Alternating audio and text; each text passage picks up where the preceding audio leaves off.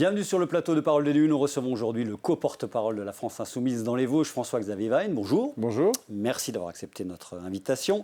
Vous êtes petit-fils d'agriculteur, avocat, et compte tenu de tout ce que je viens de dire, votre ancrage à la gauche de la gauche n'était pas forcément évident. Comment c'est arrivé dans votre vie? On va rappeler comment aujourd'hui vous êtes une des figures de la gauche dans les Vosges. Comment c'est arrivé? De manière plutôt simple, effectivement. J'ai grandi sur Neufchâteau, peut-être un secteur plutôt porté sur la droite. Néanmoins, en commençant mon métier d'avocat, je me suis rendu compte qu'il y avait beaucoup de choses qui n'allaient pas. C'est là que je me suis intéressé, vers l'âge de 25-26 ans, aux différents programmes et partis politiques. Et j'y ai trouvé un sens à ce qui manquait, notamment en découvrant François Ruffin et ses prises de parole à l'Assemblée nationale. C'est lui qui m'a mis le doigt dans l'engrenage. On va reparler de François Ruffin un peu plus tard dans l'entretien. On imagine que la séquence politique du moment sur le plan national vous irrite au plus haut point. On va rappeler que vous êtes NFP, le nouveau Front Populaire, est arrivé de fait en tête des dernières législatives et aujourd'hui subit un petit peu tous les événements, on peut bien le dire, avec une candidate, Lucie Castet, qui ne verra jamais Matignon. Enfin, il ne faut jamais préjuger de rien. Mais en tous les cas, dans l'immédiat, vous êtes irrité, agacé. Dans quel état d'esprit vous êtes aujourd'hui ? On a tous été surpris, en même temps c'était un petit peu écrit. On a un système où il faut être majoritaire, sinon on n'est rien. Lorsqu'on n'a pas la présidence, qu'on est le premier contrat de législature, le premier parti, le plus grand nombre de députés pour avoir une idée de loi à voter, si on n'est que 190, c'est pas suffisant. On doit subir, dont acte. On attendra les. Donc il vaut mieux être 40 que 190. C'est ça qu'on ne comprend guère aujourd'hui quand même. Vu ce qu'il en est pour être Premier ministre, effectivement, il vaut mieux avoir 40 députés que 190 derrière soi. C'est le cas. Les premiers arbitrages du pensionnaire donc, de Matignon, Michel Barnier, qu'est-ce que vous en pensez sur ce coup de frein à la dépense publique et les choix qui ont été faits, en gros 2 tiers de réduction de dépenses, 1 tiers de nouvelles recettes? Pour l'instant, on a des annonces, il va falloir les mettre en pratique. Alors c'est vrai que c'est assez surprenant, on entend des choses qui portent à notre oreille. On va avancer l'augmentation du SMIC, on va faire ça au 1er novembre. Très bien, allons-y. Mais lorsqu'il va falloir poser des lois, poser des budgets de manière très concrète et qu'il va falloir décider où on tranche, où on augmente, on verra. Et c'est déjà écrit, c'est anticipé, on parle déjà des retraités. Alors, on va aussi augmenter les impôts sur les plus fortunés, et les taxes sur les sociétés qui font le plus de profit. Tout ça, encore une fois, peut résonner à vos oreilles également. Ça résonne. S'il a besoin de conseils, le Premier ministre, il pourra toujours en prendre auprès du nouveau Front Populaire. Le programme économique était chiffré. Mais encore une fois, lorsqu'on va dire on va taper sur le portefeuille des plus riches, moi je veux bien.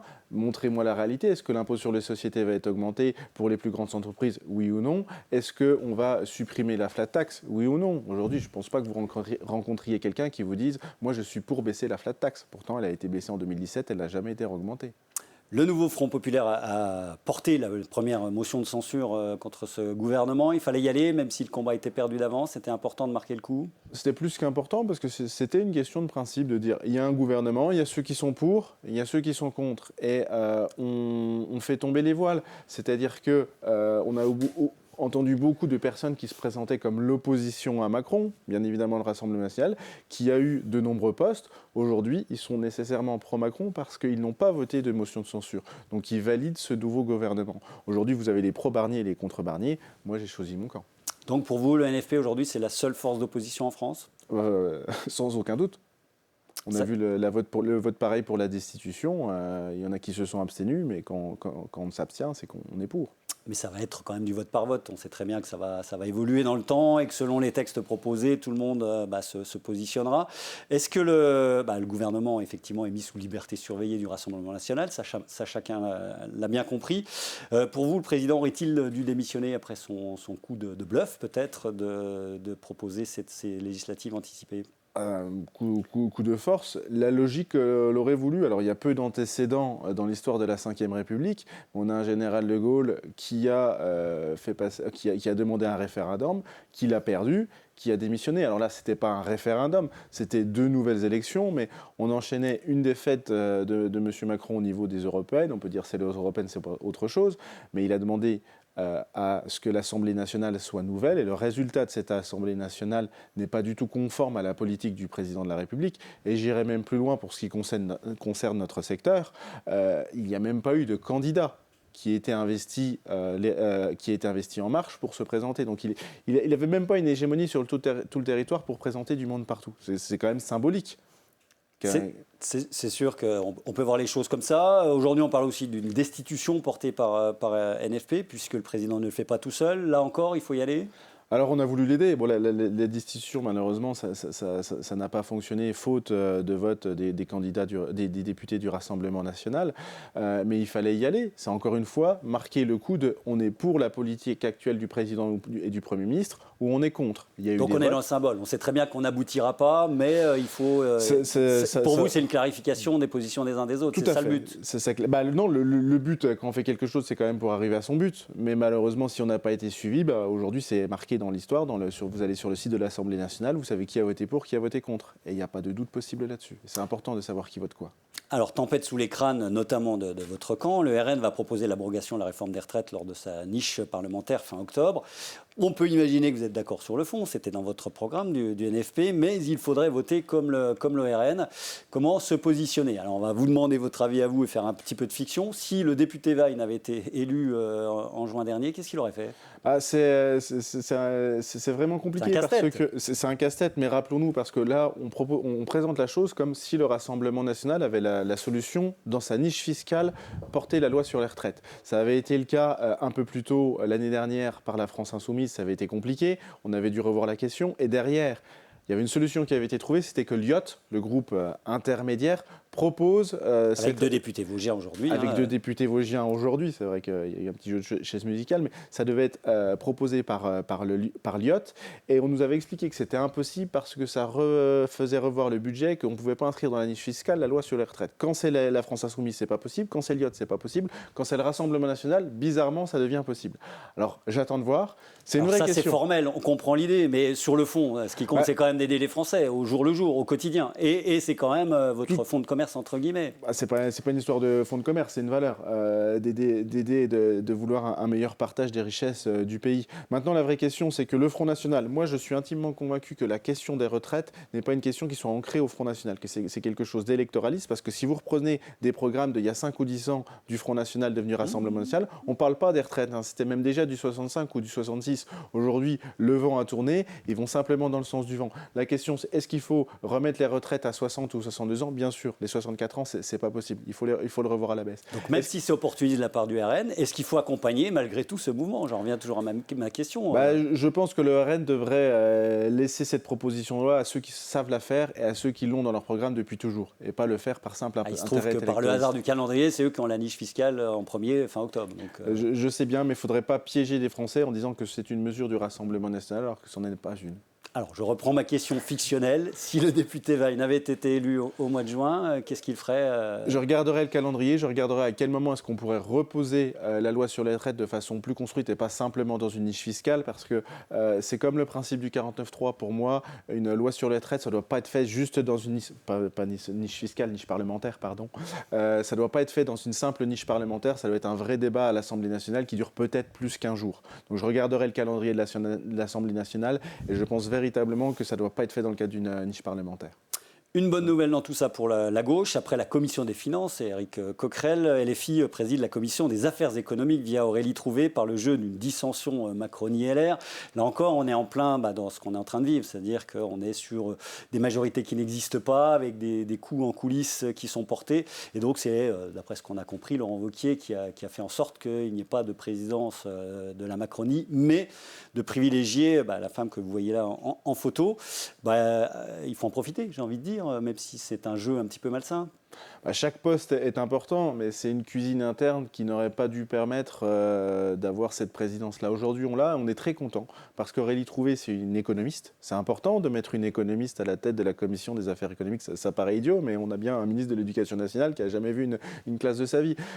C'est pas forcément les moins bons ministres, ceci étant. C'est pas forcément les moins bons, mais quand on est dans une commission à l'Assemblée nationale, c'est important d'avoir quelqu'un qui ait une compétence dans le domaine. Ça permettra de la mettre en lumière et de voir des idées qui soient sorties d'un groupe qui soit malheureusement minoritaire à l'Assemblée nationale. Et je pense qu'il n'en ressortira que des bonnes choses, parce que tout comme vous m'avez posé la question tout à l'heure de est-ce qu'on voterait une niche proposée par quelqu'un d'autre, je pense qu'Aurélie Trouvé pourra mettre en avant des idées qui pourront finir par convaincre des macronistes trop endurcis dans leur position à toujours voter la même chose et à ne pas faire avancer la situation économique du pays. Plus généralement, quel avenir pour le NFP, le nouveau Front populaire, qui a été constitué pour des élections précises, de même que la NUPES 2 ans auparavant? Est-ce que vous voyez le NFP passer le cap et se projeter sur les prochains scrutins? On va rappeler qu'il y a les municipales en 2026 et présidentielles et législatives en 2027. Il y aura peut-être des législatives avant, ça, nul ne le sait. Alors le NFP, c'est un contrat de législature, c'est-à-dire qu'on s'est mis d'accord sur un programme qui relève de la loi, donc forcément de l'Assemblée nationale. Bon, cette couleur-là, on peut la retrouver dans d'autres types d'élections. Moi, j'ai bon espoir que ça perdure jusqu'aux prochaines élections législatives et qu'on refasse la même. Je l'espère également aux présidentielles. Je le vois, nous, sur l'aspect local. Je ne peux pas m'engager sur la nationale, mais sur l'aspect local, tous les interlocuteurs de gauche sont favorables à cette union parce que lorsqu'on regarde, on est d'accord sur les principaux points qui doivent, dans l'urgence, être mis en France, et notamment l'aspect fiscal de la chose. Mais il y a quand même une aile clairement sociodémocrate incarnée aujourd'hui par Raphaël Glucksmann et quelques autres. Et la frange la plus radicale de LFI, il y a un vrai monde entre les deux, incarné par Jean-Luc Mélenchon et d'autres. Pour vous, c'est quelque chose qui est conciliable et compatible pour partir groupé dans une élection? Vous voyez venir, hein, il y a bientôt les présidentielles. Alors la position de Raphaël Glucksmann est encore assez nouvelle. Place publique, il y a 2 ans, personne ne connaissait, sauf ceux qui étaient vraiment, on va dire, dans la partie. Raphaël Glucksmann a donné une nouvelle position de la gauche. On va rappeler qu'il est arrivé en tête des forces de gauche lors des dernières européennes. Oui, on l'a presque déjà oublié, c'est vrai. C'est important de le redire quand même, 14%. Ouais. Il y a encore 2 mois, on ne parlait que de lui comme nouveau visage. C'est intéressant. Maintenant, on n'a pas de concrétisation locale. C'est que localement, il n'y a pas de gens qui se disent « je suis pas fluide et je veux faire monter la social-démocratie ». Donc c'est à voir s'il y avait véritablement un nouvel élan social-démocrate qui serait majoritaire à gauche. Très honnêtement, moi je pense qu'il faut un candidat unique à gauche et ce sera celui qui emportera le plus par rapport au nombre de militants. Aujourd'hui, moi, je ne connais pas de militants en place publique. Mais vous n'êtes pas vous n'êtes pas de cette mouvance-là de la sociodémocratie. Ce serait un moindre mal si on vous écoute. C'est-à-dire que si on n'arrive pas à se mettre d'accord sur quelqu'un plus à gauche, autant aller de ce côté-là. En gros, c'est un peu ça. Ce serait un peu l'idée. La social-démocratie, effectivement, vise toujours à tendre vers une politique un peu trop libérale. Et c'est ce qui nous gêne. Et je ne pense pas que Raphaël Glucksmann réussira à convaincre tous les électeurs de gauche. Et ce sera plutôt quelqu'un plus ancré à gauche, parce qu'il faut vraiment un programme de rupture. Hein. Alors, plus à gauche, la question qui agace, évidemment, vous voyez venir, c'est quid de Jean-Luc Mélenchon? Qu'est-ce qu'on fait de ce candidat historique maintenant de la gauche, qui avait quand même dit maintenant les jeunes faites aussi bien, et puis on a l'impression qu'il n'y a plus trop de place pour les jeunes et qu'il a envie d'y retourner en 2027. Alors c'est une vraie question que vous posez là, effectivement. On se souvient tous de 2022 et du discours. Il l'a dit devant tout le monde. Hein. Il y a même un livre qui s'appelle « Faites mieux ». Tout à fait. Aujourd'hui, on est encore un peu tôt par rapport aux prochaines présidentielles, sauf si on avait une démission du président. La question du candidat, c'est une question qui est véritablement ouverte. Moi, je vous le dis, j'espère qu'on aura un nouveau visage qui saura emporter l'ensemble des Français pour... Qui pourrait être François Ruffin. On sait très bien que vous êtes proche de cette ligne-là, et pour vous, c'est quelqu'un qui pourrait faire la symbiose de tout ça. Moi, je ne tombe pas dans ces faits divers qui font croire qu'il y a une lutte interne fratricide entre différents candidats de gauche. Effectivement, François Ruffin portait une nouvelle voie que moi j'ai découvert en 2017. Je sais qu'il y a beaucoup de personnes qui sont derrière lui, tout comme sont derrière des personnes qui sont également derrière chez Jean-Luc Mélenchon. Aujourd'hui, peu importe. Il nous faut un candidat unique. Moi, ça ne m'intéresse pas tellement. Donc pas de primaire, il faut décider bien avant et on y va. Les primaires, ça ne marche jamais véritablement. Je pense qu'on le ressent. On le ressent dans un discours. Vous faites un repas du dimanche, vous voyez un tel je l'aime pas, un tel je l'aime bien. Et ça, c'est comme ça à l'échelle nationale. Quand il y a un nom qui commence à ressortir à droite, enfin de tous les côtés, ce sera cette personne qui devra être le candidat. Allez, il nous reste ou la 2 petites candidate. minutes. On va revenir sur les dernières législatives dans la plaine. Vous êtes arrivé en 3e position avec 16% des voix, très loin derrière les 2 finalistes. 3 fois plus de voix pour le RN qui a gagné la bataille de la ruralité. La colère a passé un cap, dites-vous, en préparant cette émission. C'est ce que vous nous dites. Vous avez ressenti lors de la campagne rapidement la ruralité abandonner les idées de gauche. Les idées de gauche ont abandonné la ruralité, on peut le voir dans les deux sens. C'est un peu paradoxal, c'est que les idées de gauche sont là lorsqu'on discute avec des personnes qui sont entrepreneurs, salariés, sans emploi, retraités, sur le discours tête à tête, c'est un discours de gauche, mais lorsqu'on doit parler avec plus grand nombre ou on n'ose pas dire on est de gauche, on ose plutôt dire qu'on est de droite et la parole se lit comme si c'était la norme, que c'était banalisé et que cette volonté d'ordre et de sécurité soit la norme. Donc on voit des actes, on voit des paroles qui se délient. Moi je me souviens de la campagne, une mère de famille à l'école qui criait Marine Le Pen au effort. Ça on l'aurait jamais vu avant parce qu'on sait ce que peut représenter le danger du Front National, on sait ce qu'a été son père. Ça a été oublié, ça a été trop vite oublié et on voit des actes de plus en plus graves. On va en parler tout de suite, effectivement, pour finir cet entretien. Vous venez de porter plainte, vous, à titre personnel, pour dégradation du panneau sur la résistance à la Vacheresse, qui a ostensiblement visé la photo du résistant guinéen Adiba, membre du 1er maquis des Vosges, fusillé par les Allemands à Épinal en 1943. On va le rappeler. On voit là cette dégradation clairement ciblée, hein, c'est le cas de le dire. Qu'est-ce qui ressort de cette affaire? Où est-ce qu'on en est? Effectivement, on a déposé plainte. Et pourquoi on a déposé plainte? Alors, je l'ai fait à mon nom parce qu'il fallait un nom, hein, comme quand on organise une manifestation. Et on rebondit au sujet précédent, c'est que des faits comme ça n'auraient jamais été un simple fait divers il y a encore quelques années. Après, on ne sait pas qui a fait quoi. On ne sait pas qui l'a fait. Moi, ce que je sais, c'est qu'il y a des élus locaux qui ont été avertis de cette dégradation. Pour moi, c'est une apologie de crime de guerre. Après, le procureur appréciera sur la qualification qu'il lui donne. Mais des élus locaux n'ont pas souhaité médiatiser, n'ont même pas saisi le procureur de la République, alors que c'est une de leurs obligations. Et c'est là où c'est très grave, c'est qu'on banalise. Parce que c'est arrivé au mois de mars et on vient seulement de l'apprendre, en fait. Tout à fait. Des gens étaient au courant au mois de mars et nous, on l'a su fin septembre. Et 5 jours plus tard, on a fait le choix de déposer plainte dès qu'on a découvert que d'autres élus locaux étaient au courant et n'ont rien fait, comme si c'était presque normal. Donc vous en voulez autant aux élus qui ont mis la poussière sous le tapis qu'aux auteurs eux-mêmes. C'est ça qu'on doit comprendre. Non, bien sûr que j'en vaux plus à l'auteur. Mais il y a un dysfonctionnement dans le système public où lorsqu'on est élu local et qu'on voit ça, on n'a pas le réflexe de se dire « bah mince, il faut tout de suite que j'avertisse le procureur ». On s'est un peu laissé endormir par des discours de droite et trop d'extrême droite. Et lorsque ce genre de choses arrive, bah ouais, ça aurait dû arriver, on le savait, parce que finalement, vu le discours qui est tenu, c'est que la suite logique. Et on ne peut pas admettre ça. Après, on ne sait absolument pas qui a fait quoi dans cette affaire, je le redis. Donc, est-ce que c'est politique vraiment? Est-ce que c'est de la stupidité pure? C'est nécessairement de la stupidité pour faire ça. Ça, il n'y a pas un doute là-dessus. On peut se mettre d'accord là-dessus. Mais est-ce que ça dégage derrière du fascisme ou du racisme? Je le pense. Hein.